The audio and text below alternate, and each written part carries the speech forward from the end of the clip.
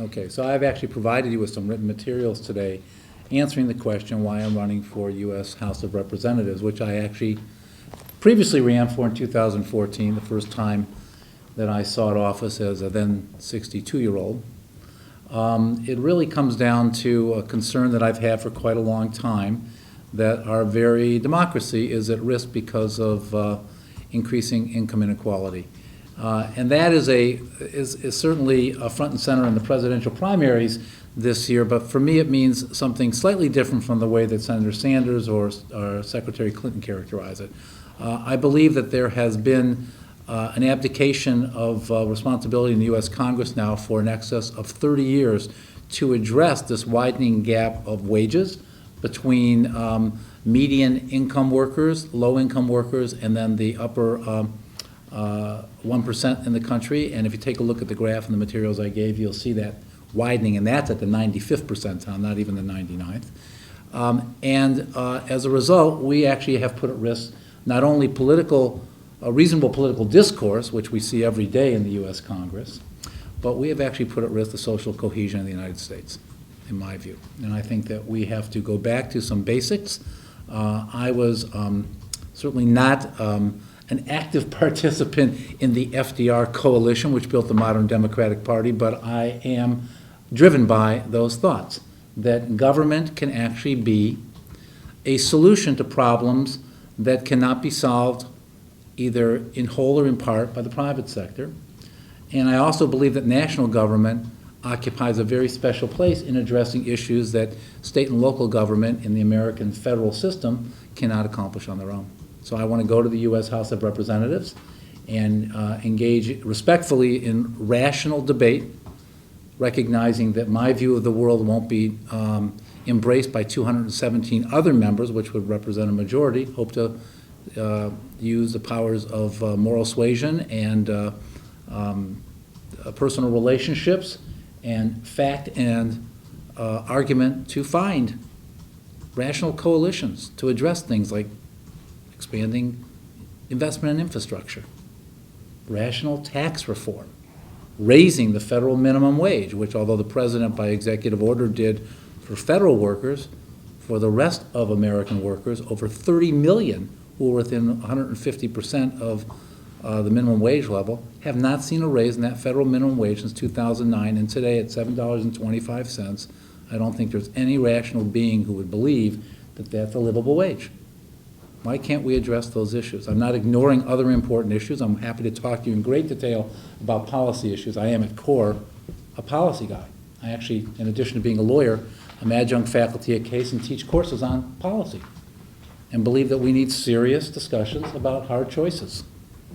With all due respect to my opponent in the Democratic primary, I'd like to talk about my differences with the incumbent, assuming that he survives his primary, if that's suitable for today's discussion. And I can, I think, set forth for you, again, in a respectful way to our differences, that we have a stark difference in the way we would approach the job of being a member of the U.S. House.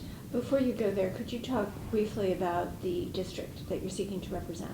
Yes. Because it does have a rather large geographical sweep, and yet it's also one where a Democrat, though there's a Republican currently in the seat, a Democrat might have a chance. At least that's how some people would read it. Yes. In the world of deformed districts and gerrymandering in Ohio and across the nation, and maybe someday the Ohio map will be before a federal court, but today it's not, the 14th represents what is probably closest to a fairly drawn district with as close to a competitive balance among Democrats, Republicans, and independents as you might find.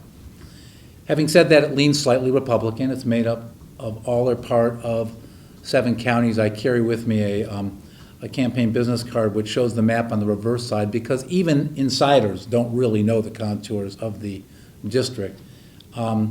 It actually cleaves in half some local communities in Summit County. But it's all of Geauga, Lake and Ashtabula, parts of Cuyahoga, Summit, Portage, and Trumbull. The largest concentration of votes is in Lake County, representing in the 2008 presidential cycle about 31% of the vote. Could you Oh, I wanted to go back to the whole federal minimum wage and the whole inequality gap. A lot of people do talk about that, and you're talking about the minimum wage and you're talking about infrastructure and things like that. But I'm just kind of wondering, it just seems to me like there's a kind of structural issue here where many people with, higher education, good technological skills are getting a lot of the top jobs, whereas people without that aren't. So how can just tackling those kinds of things help a more structural issue about how this entire economy is morphing into something else that, is just starting to begin here?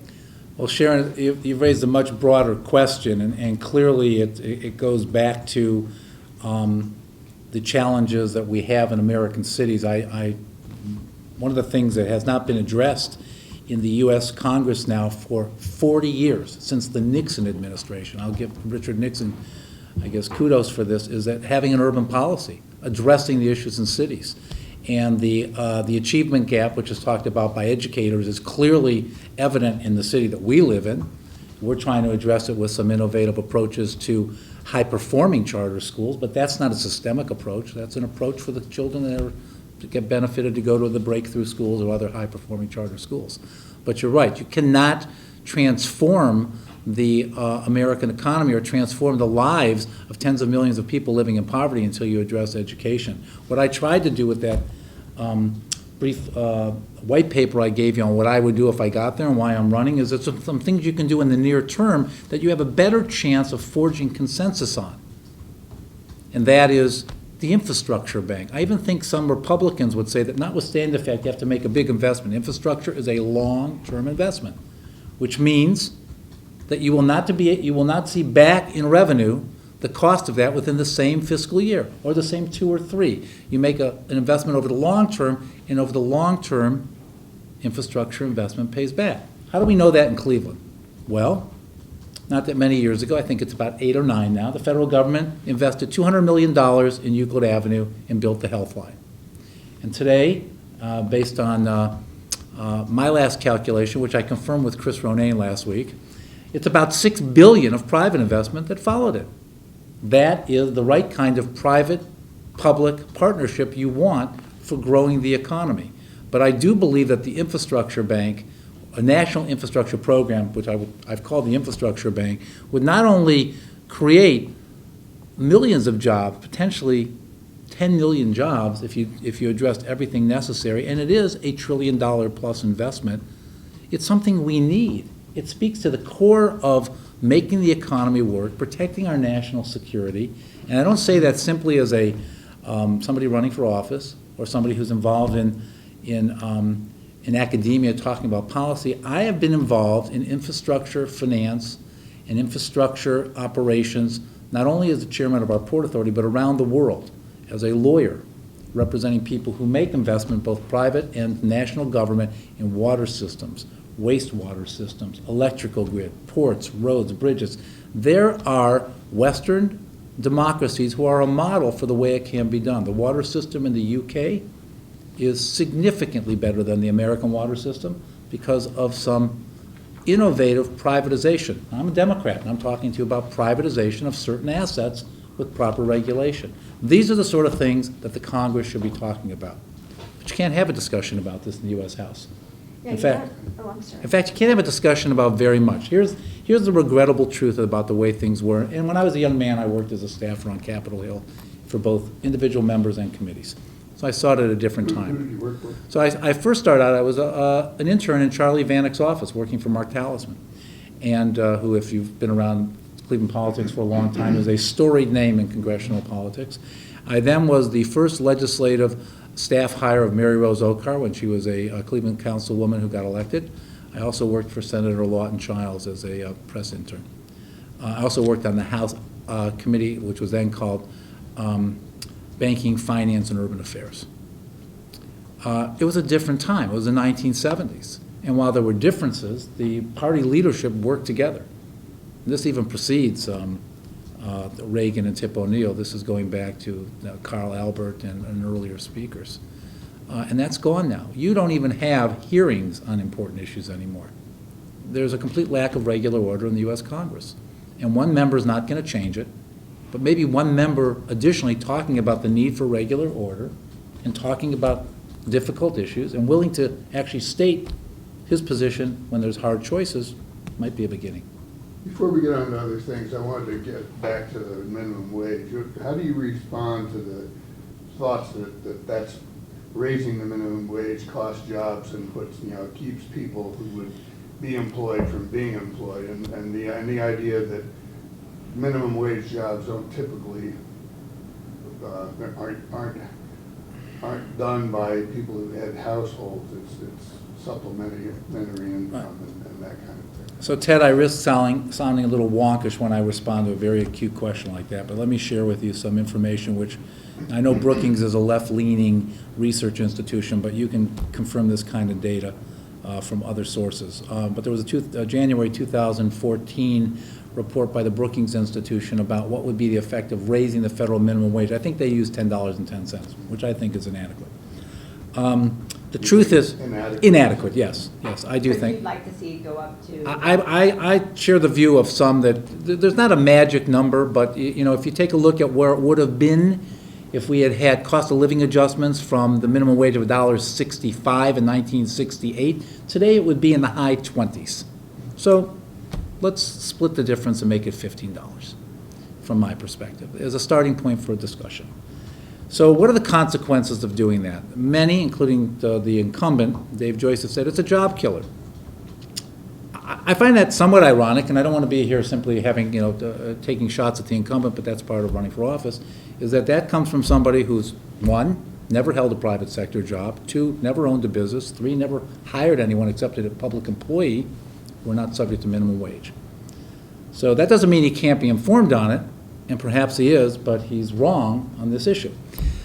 First of all, the federal minimum wage doesn't just affect people who are at the minimum wage. In fact, only 3% of the economy are people that are at the minimum wage. But when you raise the minimum wage, there's a ripple effect. Probably goes up as high as 150% of the federal minimum wage. And how many people does that affect?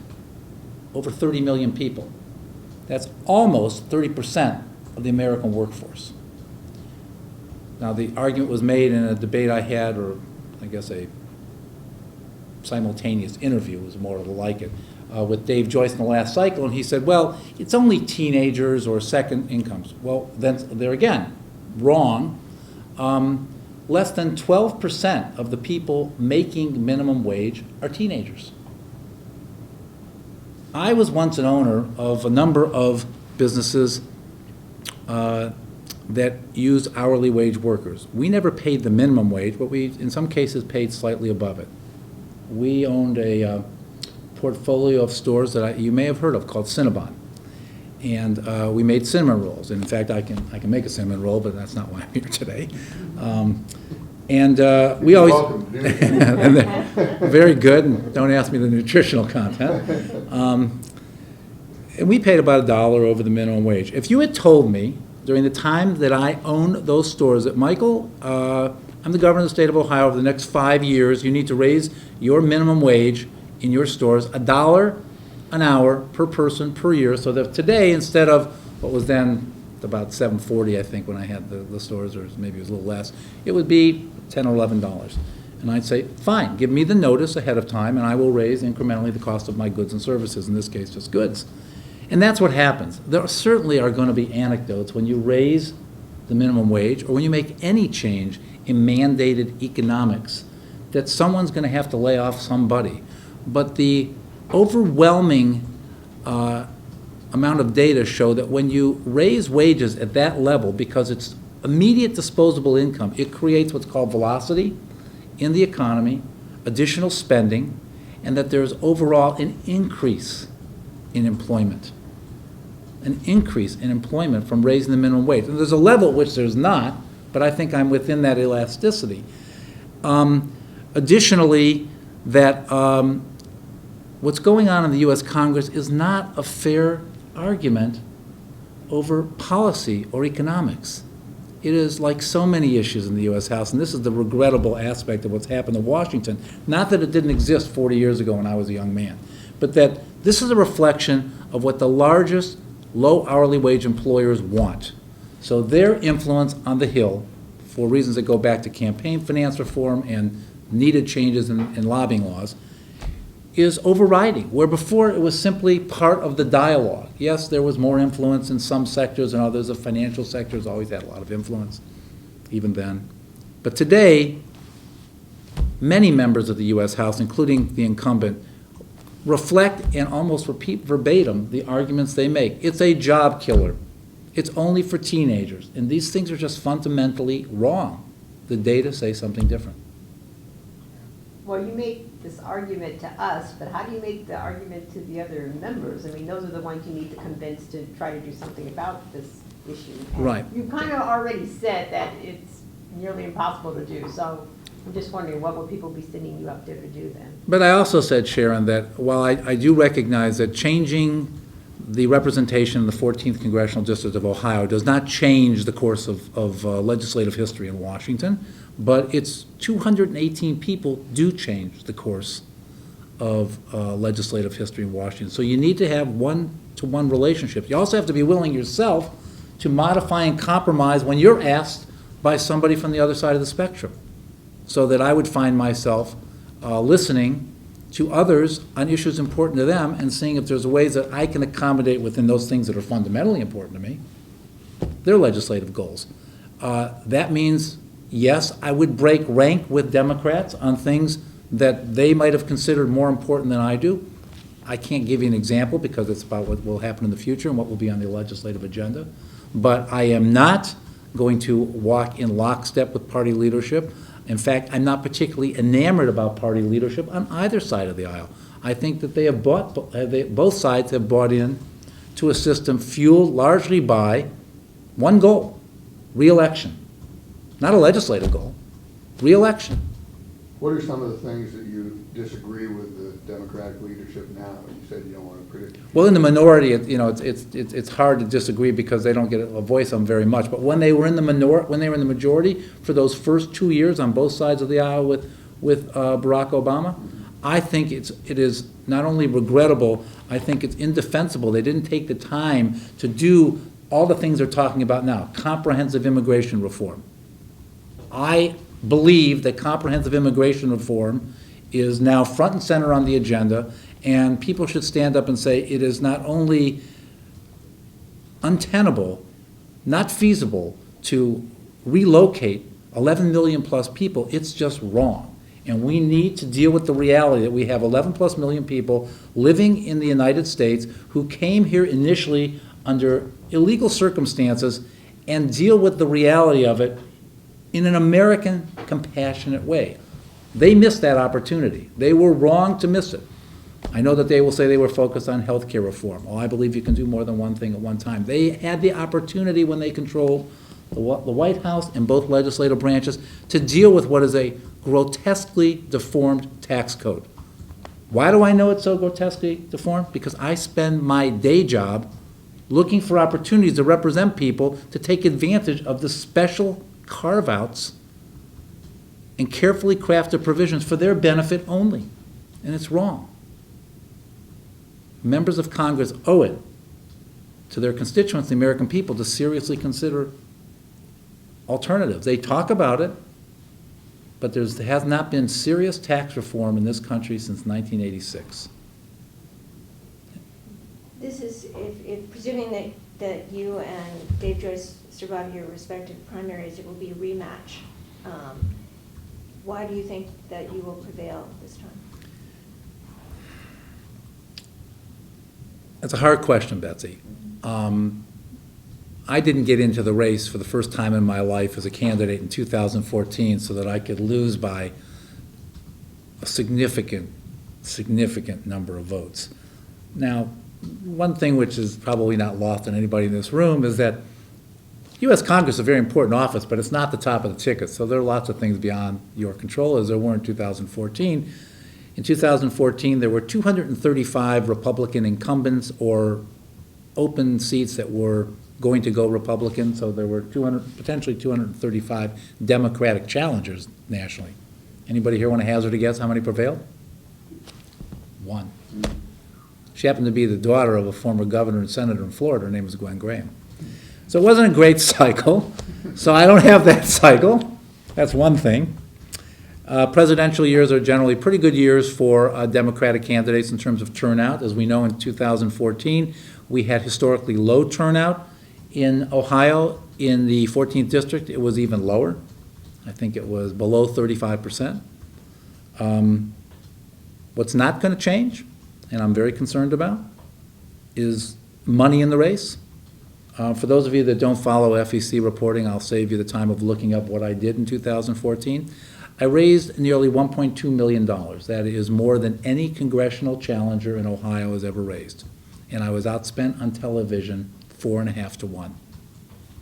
Not just directly by Dave Joyce, but by the U.S. Chamber of Commerce, by the so-called Main Street Partnership, which was actually the former member of Congress supporting his appointee.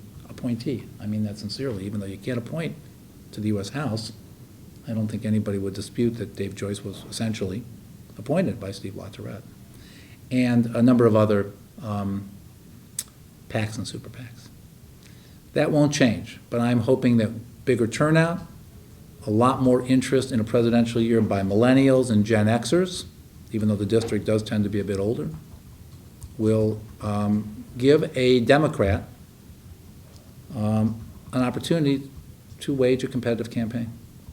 What impact do you think the fact that he's got a tough primary opponent himself as opposed to yours is, charitably not as tough? So. Well, he had that last time. I mean, with all due respect to the incumbent, the challenger last time ran a much stronger campaign against Dave Joyce than I was able to. Of course, the incumbent and the party leadership at that time, Speaker Boehner, paid no attention to that primary. They paid a lot of attention to the general. So I do think it can have an effect. And in a very maybe historically significant campaign cycle, we won't know until we look back on it, it may actually make it very difficult for somebody that's perceived as the establishment candidate to prevail in a primary and or the general. You talked about this concept of people being elected and then spending their entire term running for re-election. Yes. I'm sure no candidate comes into an endorsement interview and says, I'm going to do that.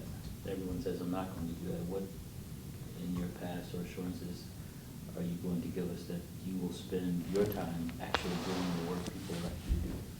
So you should not accept my assurances because there's no way for you to redeem that promise. And there's no way for me to demonstrate because I've not been involved in elected office before. I've had appointed office. Only that you don't undertake this at age 64 to go and climb a political ladder. I don't have my eyes set on a chairmanship. I'm not building credits for a pension. In the case of the incumbent, it would be a second pension. He's currently drawing $60,000 a year from the Public Employees Retirement System. I don't need a job. I mean, I have a fine job. I actually want to serve. So to go there and be reduced to simply a telephone solicitor dialing for campaign contributions would not be consistent with why I want to do it. Having said that, to get reelected, I have to fund a campaign. And until there's campaign finance reform and on a broad basis, which I see absolutely no prospect of from either Democrats or Republicans, and they are equally guilty on this score, that I probably would have to raise funds. I would like to find a better balance point than I see for most members of Congress, Democrat and Republican, unless they're in safe districts, which of course most are. And then they raise money for the purposes of leadership. Dave Joyce, good. Well, I was just going to say one distinctive feature of this district, as it's currently constituted, as it was previously constituted, because it is a district that has a, not exactly equivalency, but some balance between D and R, is that the incumbent, the person elected, has usually been somebody kind of in the middle, a centrist. And listening to you, you sound fairly liberal. So does that affect or impact your electability in this district? So a couple things about labels, and then I'll tell you a little bit more about the district. You can call me a liberal, you can call me a progressive, you can call me a centrist.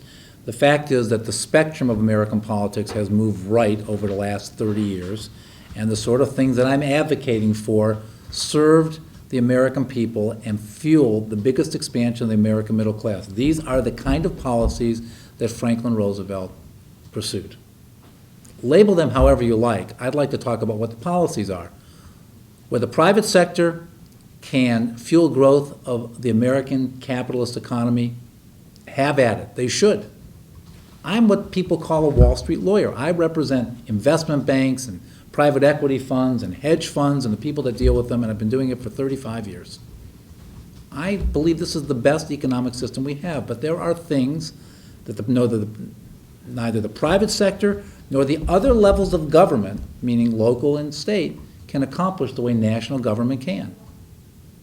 And until somebody demonstrates for me, which has not been demonstrated over the last 30 years, that the private sector will provide an opportunity for all Americans to be able to strive to a decent wage level, then I believe national government has a role. Now, how does that relate to the 14th Congressional District? By the way, Betsy, I hope that was responsive as to how I view myself. I mean, in the current spectrum, yes, I guess I'm viewed as, a center to left-leaning individual. But we'll see what's really important to voters and whether or not those labels are important or sustainable anymore. In the presidential election, primary election, it appears that labels, particularly in the Republican primary, don't seem to be the dispositive issue. It's what you're saying or what you stand for. The 14th Congressional District is the most competitive one in Ohio. It is, by political metrics, it's called an R+4, one that was, but to give you an example, the 11th District, which is represented by Congresswoman Fudge, is a D+26. So it's a little bit more competitive. But I have to convince a lot of people, and I'm from Cuyahoga County, and so which is kind of the edge of the district, that I represent their interests. Now, I would tend to believe that there are more people in the 14th Congressional District that are worried about wage levels, job opportunities, the preservation of our large entitlement programs in a sustainable and viable form than there are those worried about whether or not job creators have sufficient incentive under the tax code and in the regulatory scheme. I just believe that if I can get the message out there, now it may get overwhelmed by labels. He's too liberal. He's going to hurt business. If you raise marginal rates, you're attacking the job job creators. Those are all the talking points. I'm familiar with them. I think a lot of them are hollow, but I expect I would hear it again. I heard it the first time. There was an ad run the last time around. I'm not particularly close and don't really even know the minority leader, Representative Pelosi, but when she was in Cleveland, I was asked to come to the Woman on a Roll tour advancing pay parity, equal pay, and I wasn't even on the stage with her. She came off and she came and said hello, and a picture was snapped, and they ran video loops, and Steve Lotterette's group funded ads talking about how I am basically a reflection of Nancy Pelosi's politics. Not true, but I expect that I'll see that again. I had a question about, I've seen many ads from Joyce on guns, I won't let them take your guns and all that, and I wondered where you and he differ or are similar on the gun issue. Well, as I say, I'm adjunct faculty. I also teach a course on judicial policy, which includes the Constitution, and I am familiar with not only with the words of the Second Amendment, but its history, and I understand and embrace the notion that our forefathers understood that their firearms in the hands of the citizenry was something that is part of the American experience. Now, we might quibble about what their version of firearms were and what they are today, but I'm not attacking the Second Amendment. I don't think most Democrats are. Michael Bloomberg may, but he's a Republican. But where we do differ, because David Joyce has been an absolutely rock-solid supporter of anything NRA would give to him, is that there should be a ban on military-style assault weapons. And there was. It was allowed to expire. And there should be a ban on high-volume munitions magazines. And, like most Americans, I think it's over 70%, we should have universal background checks. Now, who's against that? The National Rifle Association and their minions. But do they represent rifle owners? Well, they may, but who pays for all the NRA's activities? Gun manufacturers. Are you aware that there is a caucus in the United States House, not talked about a lot, called the Sportsman's Caucus? And it's funded by a foundation. And the foundation is funded by gun manufacturers only. And they take many, many, many members of Congress, I think there's over 200 members of the Sportsman's Caucus, to shooting weekends at fancy lodges. And then they give them campaign contributions. So do you think that universal background checks and dealing with weapons clips with 30-plus rounds and banning assault weapons ever gets a fair hearing again while we allow that system to prevail? I don't. But I still believe it's important to stand up and say that I think the Second Amendment protects my right to have a firearm or as many as I want. How do you define a military assault weapon? I'll leave that to weapons experts, but there clearly is a difference between home protection for sport and for target and semi-automatic weapons, which I have fired many times on my own, where you can, even not a regular gun enthusiast can get off a extraordinary number of rounds before anybody else would have time to react. And there is no place in a safe society for that kind of weaponry. That's what I was getting at. So you would be in favor of banning semi-automatic? Well, no, not semi-automatic weapons as a classification or a category. And again, Ted, I don't want to be drawn into the specifics of it because I think there's some things which are better left to talking to true experts, which I'm not on guns and weaponry. But no, not semi-automatic weapons, but semi-automatic weapons wed to a magazine with 30 rounds. So much of the violence we see in Cleveland is not attributable to large-scale weapons, it's handguns. Yeah. What part of your plan addresses, or your philosophy addresses that? Not very much of it addresses that, honestly, because handguns and the proliferation of handguns in the United States is just part of the price we pay for the Second Amendment. We have about 300 million guns in the United States for a population of 325 million. It's about 90 guns per 100. So we're first in the world in gun ownership. Second, places like Syria and Honduras, where they have civil wars.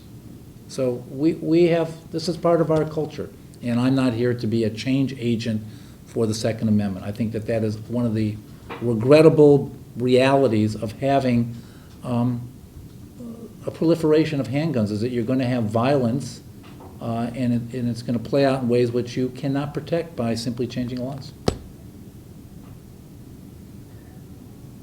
Can we change this? Absolutely. Obviously, we can. What sort of role should the federal government play in promoting or subsidizing renewable energy? This is one of those initiatives that if you leave it to the several states, which is part of the so-called devolution of federalism or the new federalism, or the local government, there's going to be a patchwork.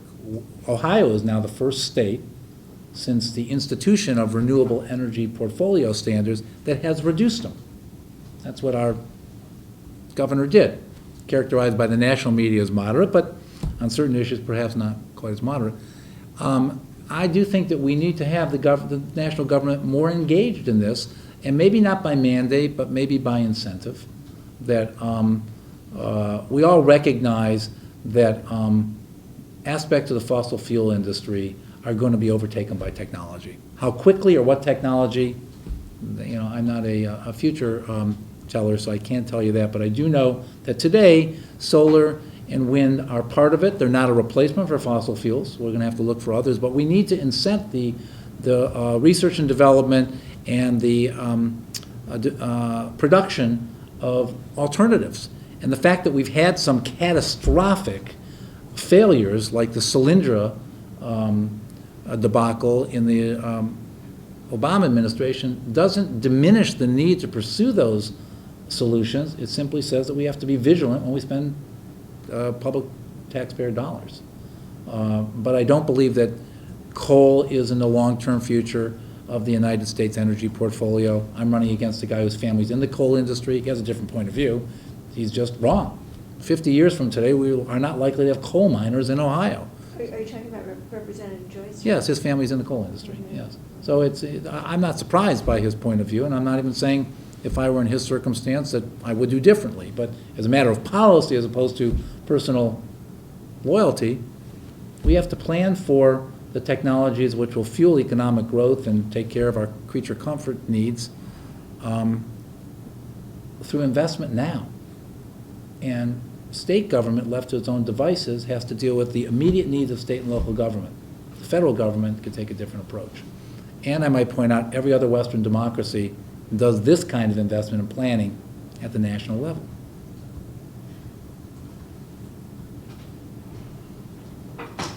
Would you have supported the Affordable Care Act as it was written, as it's been enacted, if you had been in Congress? Yes, it's actually a patchwork, and it's got flaws, and they're being exposed now. And regrettably, a part of it is that in some cases, premiums are going up faster than some people had expected. What we can't know is what would have happened to those premiums without the Affordable Care Act. But I do think we need to get we need to have amendments to the act and improvements to the act, and a nation such as ours needs to provide rational universal coverage. We're providing universal coverage. We're just doing it in the most inefficient way possible. Those not covered, when they have acute needs, walk into an emergency room.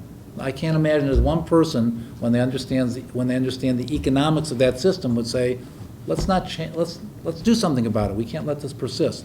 But we still have tens of millions of people outside the coverage of health insurance. So yes, I would have supported it. I would have liked to have seen a more integrated system. I would have liked to have seen the avoidance of clever workarounds like the so-called non-tax employer mandate. But we have a healthcare system based on healthcare through your employer, which is different from every other industrialized nation, and so we're working within the system we have. I know that when Congressman Renacci was here, he talked about how he would keep the same system but do some tweaks to it. You already alluded to the flaws in Obamacare, so what kind of changes would you make if you had the power to do so? I would, well, part of this actually could be tested by the Supreme Court, and that is the notion that we have some state-based exchanges and in other states you have federal exchanges is a completely inefficient way to do it. I don't agree with some of the dialogue in the Republican presidential primary, but some of them are calling for eliminating, if you will, the state boundaries for the purposes of creating healthcare markets. If we're going to have private sector competition in healthcare as opposed to single source system, I do think trying to increase competition through the elimination of state boundaries makes a whole lot of sense. And make the pool bigger. It is a risk pool. Here's what I really find interesting is that nobody seems to be bothered by the notion that we require every licensed driver who drives a car to have auto insurance, and we spread the risk of collision, yet there are some people, and my opponent's done this as well, the incumbent, saying, why are we forcing young people to buy insurance and pay? For the same reason that we require safe drivers to have auto insurance. We're spreading the risk. That is the notion of insurance pools. Now, these, again, are rather wonkish concepts. I can go into greater detail if you want me to, but they get lost in the debate, and I simply don't know. I really mean this, Sharon. I don't know how you can actually break through that and describe it in a way which is compelling enough to the listener so you can actually persuade them. Most people tune out when you start talking about broad-based insurance risk pools and spreading risk and why they should be mandatory and you shouldn't be able to opt out and pay a tax penalty. I think that's a patchwork remedy to a serious underlying issue, which we should address the serious underlying issue. I also, if you watch any Hollywood movie, obviously Wall Street lawyers don't come off all that well. They're usually the enemy, and with the establishment. Yes, I've seen them all. Yeah. Can you kind of explain why you why you are not that kind of, Well, because paradigm that you find okay, in because Hollywood. that's, Like, what are your roots because that's for a that? stereotype, and within, look, I just wanted to put in context that I'm not afraid of the American capitalist system. I don't think I'm gonna, my campaign literature doesn't say Michael Wager, Wall Street lawyer. I'm a lawyer and an educator and a small business owner. My law practice has been primarily with Wall Street-oriented enterprise, because it's been about capital formation, which is a important part of private sector, and about the investment of that capital, and then the mergers and acquisitions that go along with it. That's my practice. Some people would put labels on that and say that I'm, to use the big bad guy, that I'm with Goldman Sachs. Well, on some things I think what they do is good, and on other things not. Just like lawyers that do what I do, it's a full spectrum of personality. Some of them are better listeners. Some of them are sensitive and caring, like I am, and then others are not. We know that all depictions of journalists in the movies are deadly accurate. Yeah, exactly. Well, you're all like Woodward and Bernstein, right? Yeah, well, that's not what I was thinking of, but. So speaking of changing the Affordable Care Act, one of the presidential contenders, Bernie Sanders, has offered the idea of universal single-payer health care to be financed by a tax on Wall Street. Right. How would that tax work? Do you know? I'm not sure, because he's not been clear about it, and I'm not a proponent of that legislative initiative now, even if there's some aspects of it conceptually that I might find intriguing, because it's not politically practical. I'd like to, if I'm elected, I'd like to go and do something which actually progresses legislation on behalf of the American people, not simply stake out what I think to be is, the best outcome from my perspective. I mean, my lens on the world is mine. I don't think it's singular, but I also don't think it represents a majority. Just my lens represents a majority of the U.S. House. So that's why you end up compromising. I spend my workday negotiating and compromising on behalf of business people. When they go into a prospective transaction, they have a set of goals, and sometimes they have to modify them. I think there's no reason to look at the U.S. House differently, other than one big important difference is that the members of the U.S. House aren't playing with their own money. So they can take, if they want, a purist point of view and have no consequences. Because a failed deal to them is just another day at the office, because, as I said earlier, too many of them, their goals are re-election, not legislation. Sharon mentioned Congressman Bernanke, who went into Congress, relatively late in his career after a long business career, parts of which he still practices, actually. And we've seen that he hasn't been, the typical kind of congressman. He's figured out ways to be more, create more bipartisan initiatives, even though he's a conservative guy. Do you see yourself as that kind of legislator should you be elected, or is there some other historical or current legislator that you would see yourself more akin to? Well, I'm not going to say that Jim Renacci is the model of what I'll do if I get there, although I applaud him when he breaks rank with what people would think is his expected ideological stance, and the answer is yes. I hope I can go there and surprise some people about what it is that I actually take the time to advocate on behalf of. I also expect that I would go there and actually challenge some people. I think, again, because the goal is re-election for too many of them, Betsy, they go there, when they're in the halls of Congress, I think their goal is to be inoffensive. Now, I know some people have characterized me, in fact, your editorial board the last time around, as being a little aggressive or angry. I can't remember the words. It's not that. I'm not aggressive and I'm not angry, but I do feel intensely about these issues. This is not a made-up word stream that I'm searching for. This is something that I feel inside of me. I've thought about for an adult lifetime, for me, a longer adult lifetime than most people seeking freshman status in the U.S. House. And that intensity sometimes comes across as anger. I hope to be able to modify it a little bit. Maybe I'll be able to channel a little bit more of the happy warrior Hubert Humphrey, but it comes across as anger when it's really intensity, because I do think that these issues have solutions. People just are too interested in their next political step than having a serious dialogue. And to Sharon's point, I might find that there's just too few people in the U.S. House that feel the way I feel.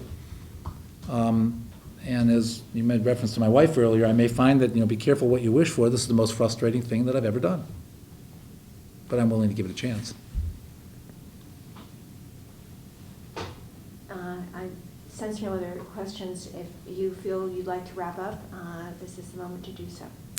I don't want to wrap up with anything substantive, only to say that I'm glad that I decided to do this. Betsy may not have shared with you, but I had my reluctance because, one, I don't believe that, well, it's a primary, so it's a different circumstance, but looking forward, that most print dailies or print newspapers, I guess not daily anymore, is really seriously consider endorsing other than incumbents who have not committed grave transgressions. So I hope that we have an open dialogue, because this is to me, it's a very serious enterprise. I've got no agenda other than the ones you hear me talk about. And I've been working in the civic sphere around Cleveland for a very long time, and I've butted heads when I thought it was necessary. You probably could go back and take a look at the challenges I had with Mayor Jackson when he first came into office, and now he and I working together on a number of different things. But I think you shouldn't be afraid to differ with people. I believe the incumbent is doing his best not to offend anybody, and that's not what a legislator's goal should be.